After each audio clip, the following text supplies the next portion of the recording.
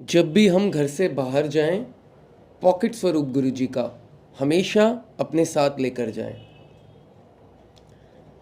किसी family member का अगर सर्जरी है, कोई भी ऐसा प्रॉब्लम है, फिज़िकल प्रॉब्लम है, तो एक काम करें कि उसके सिरहाने के नीचे गुरु जी का जो स्वरूप है वो रख दें, पेशेंट के सिरहाने के नीचे। चाहे पेशेंट घर पे हो, हॉस्पिटल में हो, कोई फ़र्क नहीं पड़ता। या आप पेशेंट की पॉकेट में भी रख सकते हैं। बहुत सारी संगत का कल्याण हुआ है इस चीज़ से। स्वाति आंटी ने सत्संग शेयर किया है कैसे गुरुजी ने उनके फादर का प्रोस्टेट कैंसर को क्योर किया। और पहले डॉक्टर्स ने बोला था कि ये जो कैंसर है वो प्रोस्टेट से बाहर निकलकर बॉडी में फैल रहा है या फैल चुका है, इसका अंदेशा था उन्हें।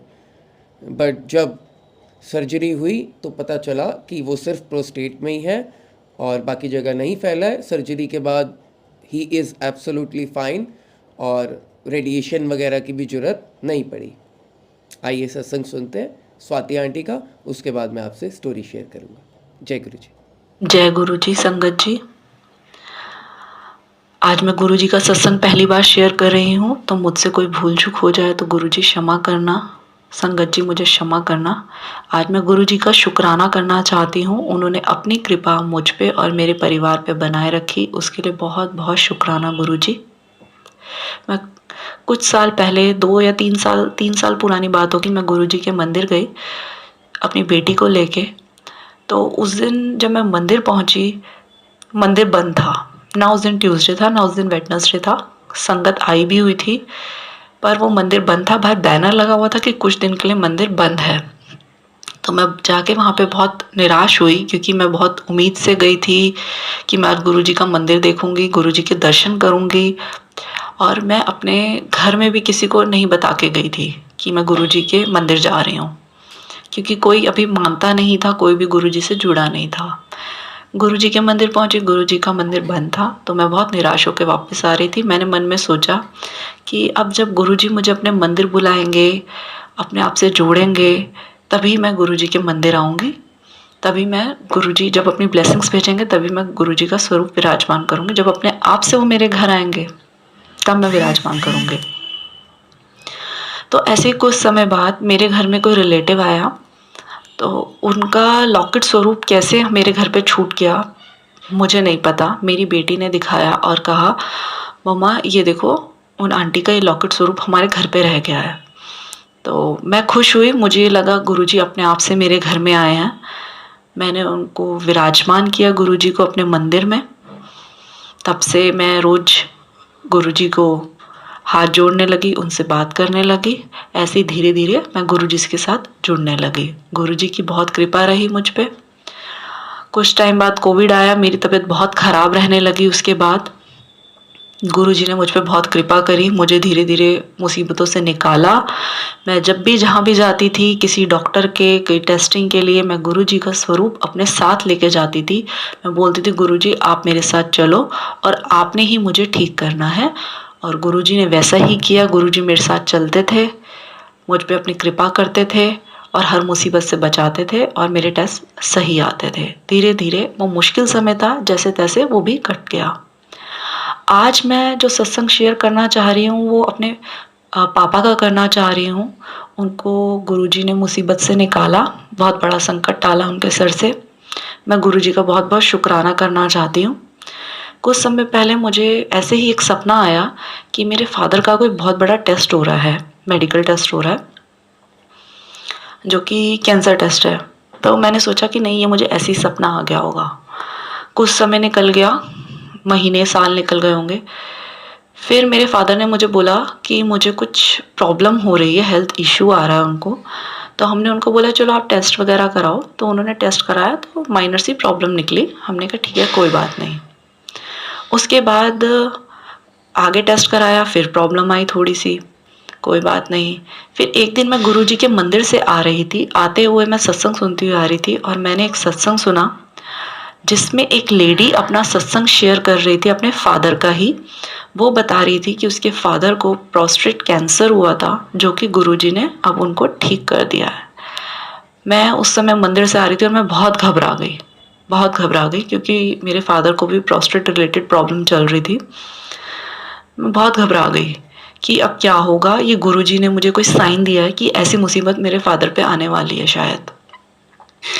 उसी दिन मेरे फादर का एक टेस्ट था जो सही नहीं आया, जो ठीक नहीं आई, जिसकी रिपोर्ट। मैं बहुत घबरा गई। मैंने अपने ब्रदर को बोला डॉक्टर से कंसल्ट कर। उसने जितने भी डॉक्टर से कंसल्ट किया उन्होंने बोला इनके फर्दर टेस्ट कराने पड़ेंगे, रिपोर्ट ठीक नहीं आई है। मैं बहुत घबरा गई। मैंने गुरुजी से अरदास करी, गुरुजी अब आप संभालोगे सब कुछ, हम कुछ नहीं कर सकते, सब आपने ही संभालना है। पर मेरी टेंशन दिनों दिन बढ़ती गई, मुझे घबराहट बढ़ती गई कि ये हो क्या रहा है। जैसे जैसे मेरे फादर के टेस्ट होने लगे रिपोर्ट सारी खराब आने लग गई। एक टेस्ट, 2 टेस्ट, 3 टेस्ट, जैसे जैसे टेस्ट हुए किसी की रिपोर्ट ठीक नहीं आई उनकी। पर गुरुजी पे मेरा विश्वास था। घबराहट तो होती है, हम इंसान हैं, कि क्या होगा कैसे होगा, बट फिर भी ये था अगर गुरुजी साथ है तो संकट आया है पर वो टल जाएगा। फाइनली पापा की बायोप्सी हुई जिसमें उनको प्रोस्टेट कैंसर निकला, एडवांस स्टेज का कैंसर निकला। मैं बहुत रोई, मैं बहुत दुखी हुई, बट फिर भी मुझे था गुरुजी बचा लेंगे, कुछ तो चमत्कार करेंगे, कुछ तो करेंगे, वो बचाएंगे। नेक्स्ट पेट स्कैन हुआ जिसमें रिपोर्ट और भी ख़राब आई, क्योंकि जब बायोप्सी हुई थी डॉक्टर ने बोला था कि कैंसर जो है सिर्फ प्रोस्टेट में, ग्लैंड में है, और अगर हम वो निकालेंगे तो कोई खतरे वाली बात नहीं है, इतना हो जाएगा, बस उसको निकालेंगे और वो ठीक हो जाएंगे, बाकी जो थोड़ा बहुत प्रोसेस होगा हम देख लेंगे, ज़्यादा फैला नहीं है, सिर्फ उसी के अंदर बड़ा हुआ है। तो थोड़ी मुझे सबने कंसोल किया, समझाया, मेरे हस्बैंड ने, मेरे ब्रदर ने, कि घबराने की बात नहीं है, अब ये हो गया है तो ऑपरेशन होगा, सर्जरी होगी, वो ठीक हो जाएंगे, ठीक है। बट जब उनका पेट स्कैन हुआ तो वो क्लियर नहीं था, बट उसमें डॉक्टर ने एक डाउट डाल दिया कि कैंसर जो है वो प्रोस्टेट से बाहर आ चुका है और उनकी बोन तक भी पहुंच चुका है। बस ये सुन के आई वॉज शैटर्ड कि ये क्या हो गया। अभी तक ये था कि थोड़ा बहुत होगा, कुछ होगा, थोड़ा बहुत होगा, इन्फेक्शन होगा, चलो, फिर पता चला इतनी बड़ी प्रॉब्लम है पर सिर्फ प्रोस्टेट में है, वो निकल जाएगा, मेरे फादर ठीक हो जाएंगे।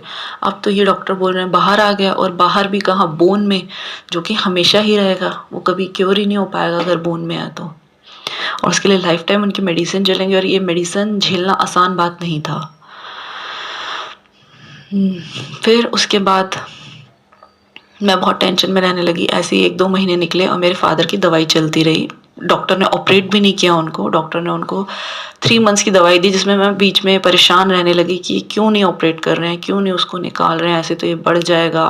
मेरे फादर भी दवाइयाँ खा खा के, इतनी हैवी डोज खा खा के बहुत परेशान हो रहे थे।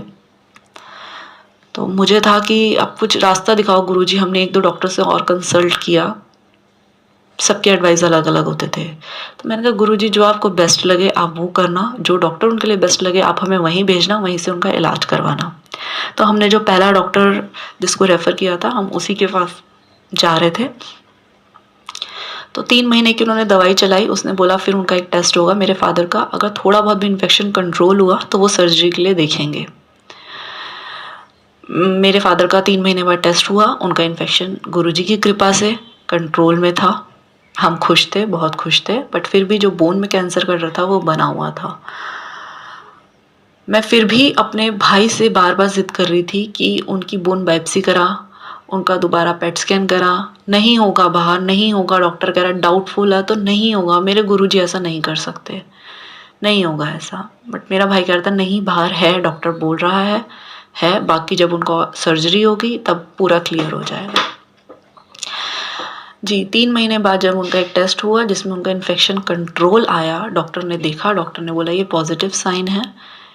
फिर हमने डॉक्टर से पूछा कि आगे का क्या प्रोसेस हो सकता है, तो हमने बोला कि आप कह रहे थे कि डाउटफुल है कि उनकी बोन में है या नहीं है, तो उसके क्लैरिटी के लिए क्या करना चाहिए। तो उन्होंने बोला चलो आप एक बार और पेट स्कैन करा लो। हमने पेट स्कैन कराया मेरे फादर का।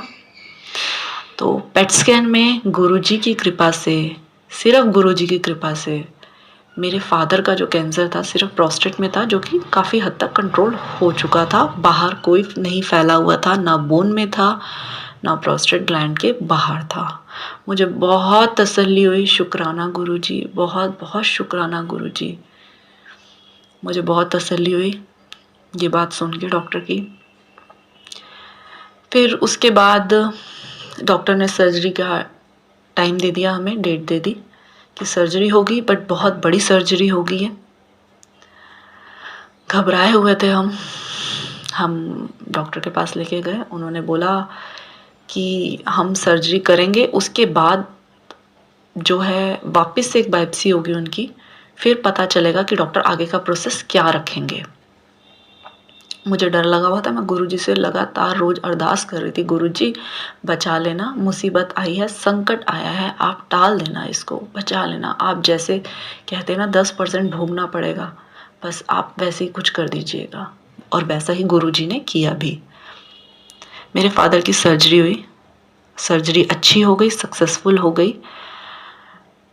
मैं जब तक हॉस्पिटल पहुंची, जिस दिन सर्जरी होनी थी, सर्जरी अर्ली मॉर्निंग थी 7:30 पे, तो जब तक मैं हॉस्पिटल पहुंची मेरे फादर को मेन सर्जरी वाले जगह पे लेके जा चुके थे। तो मेरे ब्रदर वगैरह ने बोला नहीं मिलने देंगे। मैंने कहा मैं एक बार ट्राई करूँगी। मैं अपने गुरुजी का स्वरूप लेके गई। मैं चाहती थी कि एक बार माथा टिकाऊँ अपने पापा का गुरुजी के स्वरूप से। मैं गई जैसे तैसे। उन्होंने बोला उस फ्लोर पे तो लिफ्ट भी नहीं जाती, तू नहीं जा पाएगी। मैंने कहा नहीं मैं जाऊँगी, मेरे गुरुजी ज़रूर मिलवाएंगे मुझे अपने पापा से। मैं गई, मैंने उनको रिक्वेस्ट करी। मैंने बोला मैं एक बार अपने पापा से मिलना चाहती हूँ। उन्होंने मना किया। मैंने कहा प्लीज़ एक बार देखने दो। मेरे फादर सर्जरी के लिए लेटे हुए थे, अभी ऑपरेशन थिएटर में नहीं लेके गए थे, बट वो बाहर थे। मैं उनसे मिल पाई। मैंने गुरुजी का स्वरूप मेरे पापा को माथा टिकवाया और मैंने बोला मंत्र जाप करते हुए पापा आप जाओ, गुरुजी का नाम लो, और मुझे पता है गुरुजी ही सब कुछ करेंगे। मैंने गुरुजी को बोला प्लीज़ गुरुजी आप मेरे पापा के साथ ऑपरेशन थिएटर में जाइए और आप उनका ऑपरेशन करिए। तसल्ली हो गई थी कि गुरुजी सब संभालेंगे। जब तक अब गुरुजी ने इतना कंट्रोल कर लिया है, चीज़ें धीरे धीरे कम कर रहे हैं, तो आगे भी गुरुजी सब ठीक करेंगे। पापा की सर्जरी हो गई। पेन में तो वो रहे जैसे कि सर्जरी होती है, उसके बाद थोड़ी सी दिक्कतें होती हैं, बट उनकी फिर रिपोर्ट आई, जो फाइनल रिपोर्ट आनी थी बायोप्सी की। तो उससे डॉक्टर ने हमें बताया कि अब इनको आगे किसी रेडिएशन, किसी अभी थेरेपी की ज़रूरत नहीं है, किसी चीज़ की अभी ज़रूरत नहीं है, किसी दवाई की ज़रूरत नहीं है। जो कि हमें लग रहा था, जो मेरा भाई बोलता था, डॉक्टर से मिल के आता था, उसको लगता था कि ये दवाई उनकी लाइफ टाइम चलेगी और उनकी रेडिएशन थेरेपीज़ होंगी, हार्मोनल थेरेपीज़ हो सकती हैं। तो हमें ये डर बना हुआ था, बट गुरुजी की कृपा रही, बहुत कृपा रही कि वो सर्जरी हुई और डॉक्टर ने बोल दिया अभी उनको और किसी चीज़ की ज़रूरत नहीं है, ना उनको अभी कोई दवाई खाने की ज़रूरत है, ना किसी थेरेपी की ज़रूरत है। हाँ उनकी केयर करिए आप, और 3 महीने बाद वापस हम टेस्ट करेंगे। मुझे पता है गुरुजी की कृपा रहेगी और वो आगे भी स्वस्थ रहेंगे, क्योंकि गुरुजी जिनका हाथ थाम लेते हैं वो हमेशा स्वस्थ रहते हैं। गुरुजी की कृपा में जो रहता है वो मस्त रहता है। गुरुजी का बहुत बहुत शुक्राना कि उन्होंने मेरे पापा पे कृपा करी, मेरी अरदास सुनी गुरुजी ने, हमें इस संकट से निकाला। गुरुजी अपने हर भक्त को, अपने हर बच्चे को संकट से निकालते आए हैं और आगे भी निकालते रहेंगे। गुरुजी की कृपा मुझ पे, मेरे परिवार पे, पूरे संगत परिवार पे ऐसे ही बनी रहे। जय गुरुजी। शुक्राना गुरुजी, लख लख शुक्राना गुरुजी, अनंतम शुक्राना गुरुजी। गुरुजी मुझसे सत्संग कहते हुए अगर कोई भूल चूक हो गई हो तो प्लीज़ मुझे माफ़ करना गुरुजी। हमेशा अपनी शरण में रखना हमें गुरुजी। जय गुरुजी। जय गुरुजी, जय Guruji. Thank you so much Swati aunty. आपने अपने फादर का, अंकल का सत्संग शेयर किया, and we hope and pray to Guruji वो बिल्कुल ठीक रहें, स्वस्थ रहें, और जैसा आपने कहा सभी मस्त रहें और साथ साथ काम करने में व्यस्त भी रहें, क्योंकि जितना हम व्यस्त रहेंगे उतना ज़्यादा हम डिप्रेशन से, मेंटल जो इलनेस है उससे दूर रहेंगे। काम करते रहेंगे तो चिंताओं से भी दूर रहेंगे। चिंता नहीं करनी, चिंतन करना है। कोई बीमारी आ भी जाती है, कोई बात नहीं, अब जो चीज़ आ गई वो आ ही गई है, तो उसको थोड़ा सा फेस ऑन करेंगे। गुरुजी की जो शक्ति है वो गुरुजी शक्ति देते हैं, लड़ने की शक्ति देते हैं। जैसा गुरुजी कहते हैं 10% जो कष्ट हैं वो हमें काटने हैं, 90% मैं अपने पे ले लेता हूँ। लेकिन वो 10% भी इतने ज़्यादा होते हैं कि हमारी जो चीख पुकार है वो निकल आती है। लेकिन उसी टाइम हमें भरोसा रखना है गुरु पर। किसी का कल्याण उसको बचा के करते हैं गुरुजी, किसी का कल्याण उसको मुक्ति देकर करते हैं। तो कल्याण करने के बहुत तरीके हैं। हम ऐसा ना सोचें कि गुरुजी से हम जुड़े हैं और हमारे किसी फैमिली मेम्बर की डेथ हो गई। मेरे भी फादर की डेथ हो गई थी, तो गुरुजी को तो नहीं छोड़ा ना मैंने। तो कभी ऐसा ना सोचें। तो कभी किसी को बचाने में उसका कल्याण है, कभी किसी को अपने आप में लीन करने में उसका कल्याण है। इस बात का ज़रूर ध्यान रखें। चलिए, सभी जो भी आपके फैमिली में, रिलेटिव में गुरुजी की संगत हैं, जो कैंसर पेशेंट्स हैं, उनके साथ ज़रूर सत्संग शेयर कीजिएगा आज का। पता नहीं किस संगत का भला होगा, we don't know, only Guruji knows. तो ज़रूर ऐसी संगत के साथ ज़रूर शेयर कीजिएगा आज का सत्संग। चलिए अब सुनते हैं आज की स्टोरी। जय गुरुजी।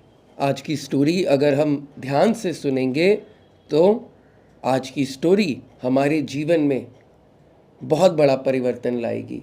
खास करके हमारे में और हमारे जो पेरेंट्स हैं उनके साथ रिलेशनशिप में बहुत बड़ा परिवर्तन लाएगी। प्लीज़ ध्यान से सुनिएगा, बहुत ध्यान से सुनिएगा।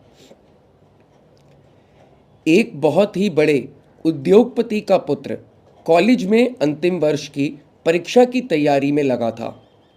उसके पिता उसकी परीक्षा के विषय में पूछते हैं तो वो जवाब में कहता है कि हो सकता है कि मैं कॉलेज में टॉप करूं। अगर मैं टॉप आया तो मुझे सबसे महंगी कार लाकर दे दीजिएगा, वो मुझे बहुत पसंद है। तो उसके पिता ने खुश होकर कहा, क्यों नहीं, मैं तुम्हें अवश्य वो कार दिलाऊंगा।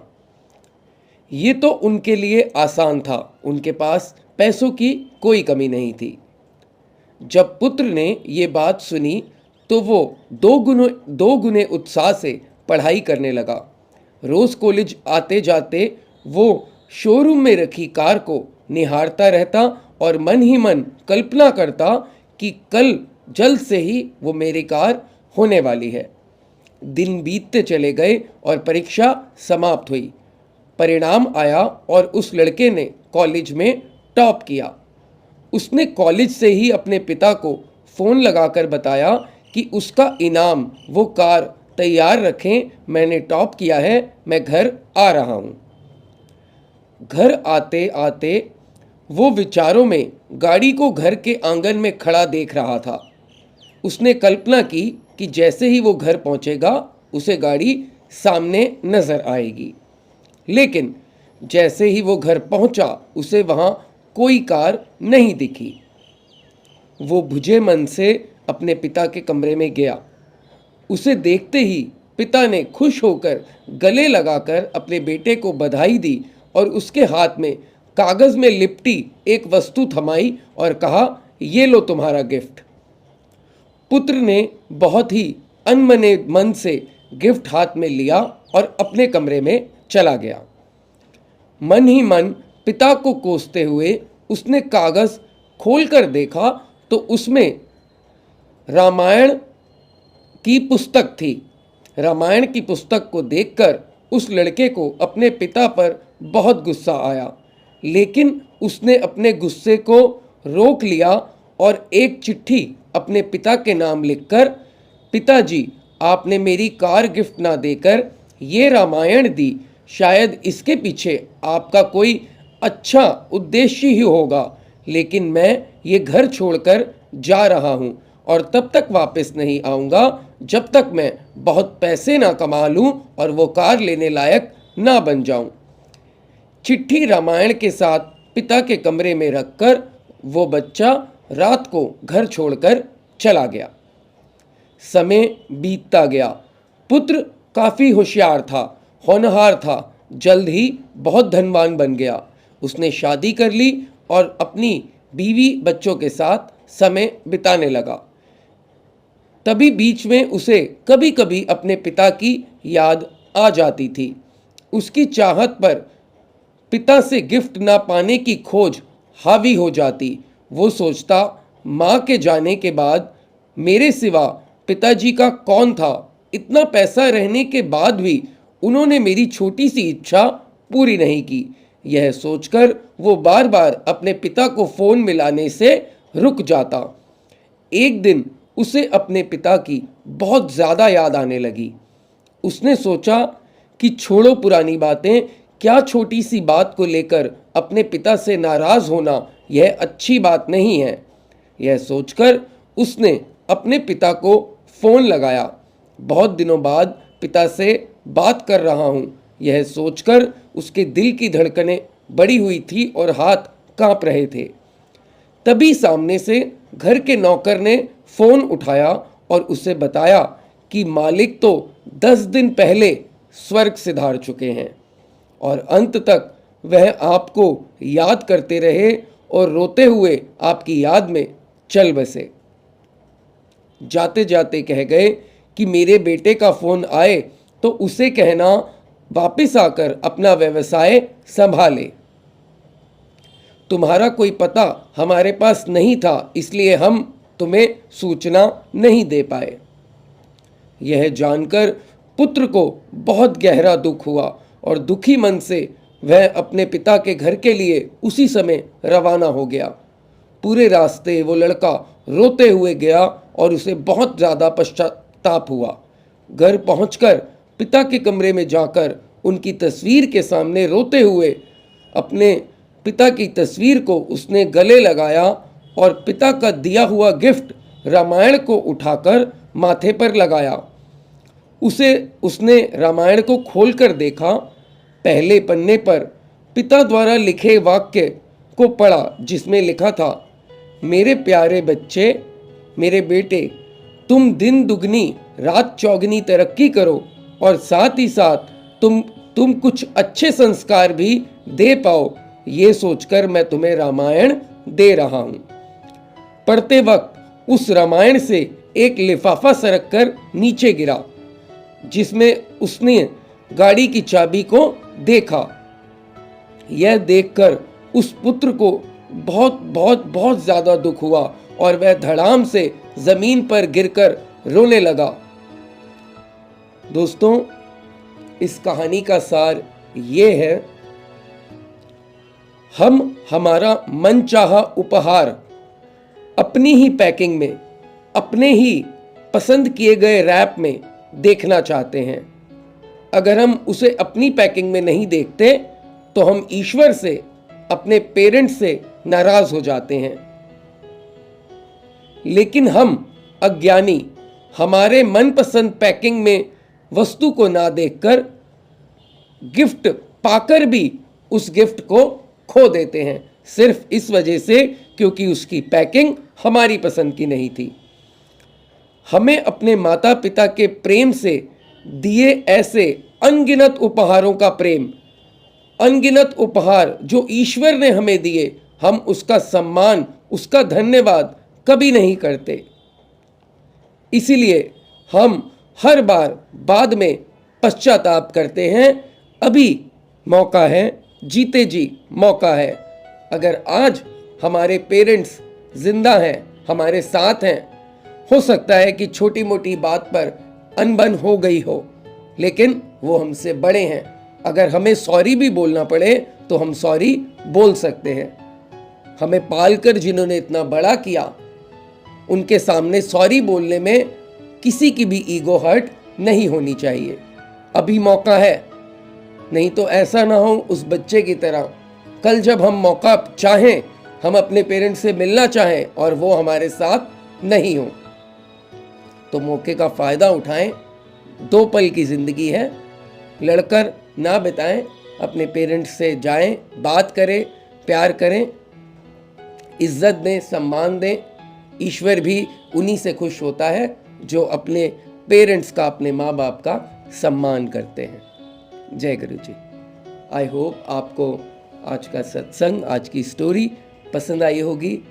गुरुजी सत्संग ब्लेसिंग्स यूट्यूब चैनल पर आप हैं। मैं नितिन अंकल हूँ। रोज़ इसी तरह मैं आपसे पहले संगत का सत्संग शेयर करता हूँ और सत्संग के बाद स्टोरी।